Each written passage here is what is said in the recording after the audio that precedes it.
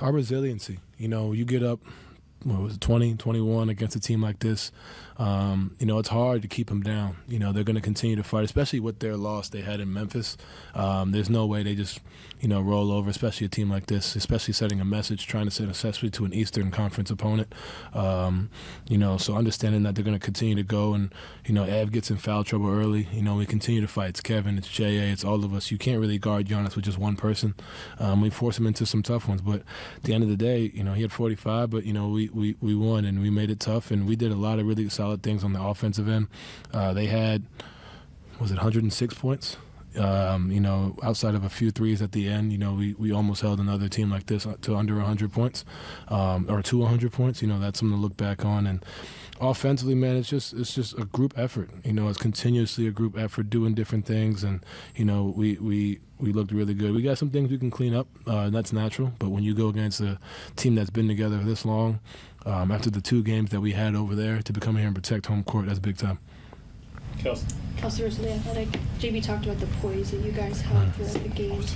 How have you seen that grow throughout the season, and how is this just a really good example of that poise? I think it's night and day. I think you look at the first 2 games we played. They set the tone in the second half, and I think we were able to do that this game. I think whether it was on the shots weren't falling or we getting stops. Shots are falling and we're continuously getting stops. And we gave up some different looks, but at the end of the day, how do you respond? They cut it to 8, cut it to 9 or 8. We responded right back to put it up to 18. That's the testament of a team that wants to win and continue to grow. And now he's got to continuously do it and be consistent. And, we look at nights like tonight, we'll see these games continuously. But when you get later in the season, you look at nights like this, and, all right, this is what we can be. This is what we've done. We've shown we can do it, and we just got to continue to be consistent. What are those conversations in, especially the second half, I guess, when they are going on those runs, holding that poise, are you guys talking about that, or is it just kind of a reminder of hey, we can do this? Well, I think having those first 2, I would call them blowouts in the third, I think those definitely help because, one, we have film to look at what we did wrong, and personally for myself, I looked at, the way I started the second game, and I gave up 2 defensive plays. Right away, it's 5 points. JB calls timeout, take a bad shot, and then it leads to another possession. So for me personally, I wanted to come in and set the tone, and I think everybody in that locker room will say the same thing about themselves. They had a personal moment where they can look at it in the third and say, if I don't let him get middle, or if I get a box out, or if I cut harder. And I think we all took that to heart. I think we all watch film, we all study the game, and, you see that in our efforts that were made today. Jeff Shadon, News Herald. You didn't have Jared Allen the first game in Milwaukee, and he got hurt early in the second. So what difference did he make for you guys tonight? Well, I can start offensively because we all know defensively, but he 8 of 10, 19 and 8. He's there being the pest, sending the screens, rolling, getting down there, dunking on the roll. But defensively, when you got to deal with both Evan and J.A., it's tough. It's tough to continuously throw all those bodies at you and to make plays. And to Giannis's credit, he still found a way to get 45, but J.A., I think those 2 guys deserve high consideration for all defensive team. I know we have a ways to go for that, but I think you look at, especially J.A., you look at us when he's out and when he's out there and when he's not playing. There's a big difference because he really holds the fort down for us, and we all know that, we all appreciate that, and he's going to continuously make nights hard, and it also helps when you have Evan Mobley right next to you as well. So they play really well together in that space, and we feed off them defensively. They get biases, I go ahead and try them, and we got to have their backs. But J.A. especially has really held the fort down, especially defensively. Dan. Danny Cunningham, ESPN Cleveland. Donovan, what makes Drew Holiday so difficult to play against? Man, so many different things. He physicality. He's right there. He's quick. He's agile. He's able to use his hands. You look at the steal he got on me in the fourth. You look at the steal he got on Darius in the fourth. He got me in Utah. We played in Utah on a double drag, double screen, going right, and he doesn't ever get screened. And I lost him. And he comes back on this side and gets a steal and picks it. I don't think anybody else in the league can probably do that. He's a guy that, I've had battles with him when he was in New Orleans since my career started.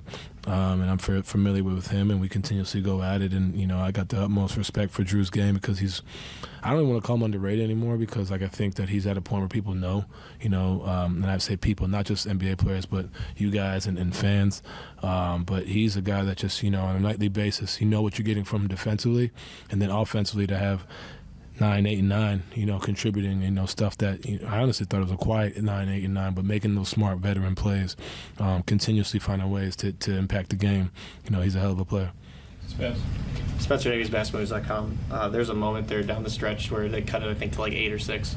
But there was a defensive play that you made when I think it was Grayson Allen and Javon Carter in the corner. You ran them both off the line, and then you ended up getting the tie-up. What goes through your mind when you have to defend 2 shooters like that and then make that play? The biggest thing that hurts, it's like a dagger, especially at home, was when they hit those corner threes. Run them off the line and make a play. And like I said, I don't make that play. My past years of my career, I think, the play earlier where Drew Holiday made the Euro step on me was too easy, and DG let me know it, strap up, and I think for me, like I said, I take pride in that, but having, continuously being challenged by my teammates and by my coaches to make those plays, and, if I give that up, who knows what the result is, that it's a dagger of a shot. So just trying to run guys off the line and just make a play, and not trying to let them get middle, knowing Grayson. I've played with Grayson, so knowing he wants to get back to that Euro to the right hand, and just made a play. And then, kind of a lighter note, but you and Drew going back-to-back with 40-foot bank shots. God. Have you ever done that before? Have you ever been in a game where that's happened? I knew it was going to happen because Love and I started celebrating after I hit it. And the basketball guys, they don't like that too much. Like, they don't. You got to be able to play the full quarter. You got to play it out. And as the pass came, I watched it. And in my head, I was like, you should probably go for it. And I was like, nah, he's not going to make it. And then he shot it. And I was like, sorry. I was like, he really might make this. And then he made it. I couldn't help but laugh. Like, Drew and I laughed at each other. That was just what happens when you celebrate too early. That's ultimately what it is. It's kind of like when the guy who was running the marathon started doing this, and then the guy ran right by him. It's exactly the same thing. And then real quick, just playing against Joe, seeing him on the floor after all he he's got me been with through. that offensive foul. Oh, he does that to me in practice every day. But it's so great to see Joe back. So great to see him back out there, man. I was there when he had that catastrophic injury.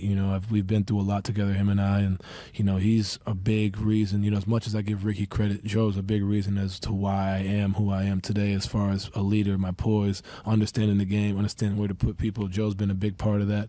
I owe a lot to Joe. And I'm appreciative of him, but it's so great to see him back. He's still getting back to his stuff, but it's great to see one of your guys, consider a brother. You've been to war with him 1,000 times, and it's good to see him back out there. All right, Evan, then Joe G to wrap it up. Evan Taylor right down with Donovan.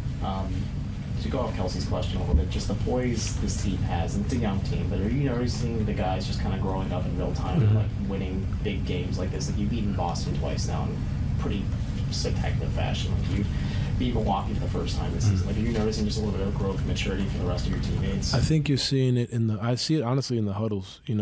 We're always going to be laughing and happy. You see it in the locker room, the happy-go-lucky guys in the locker room and shoot-arounds, and you're seeing it with the approach in the game. And the one thing I'm used to old angry guys like Joe, like in the mornings having to wake his kids up at 6 a.m. So these guys come in with a different energy, coming in light, and it's not a bad thing, but it's just for us to have that mindset. You see it in shoot around when we come in. You see the light, the energy, and then to come in and lock in. The growth that has happened in just a matter of 3 months is incredible.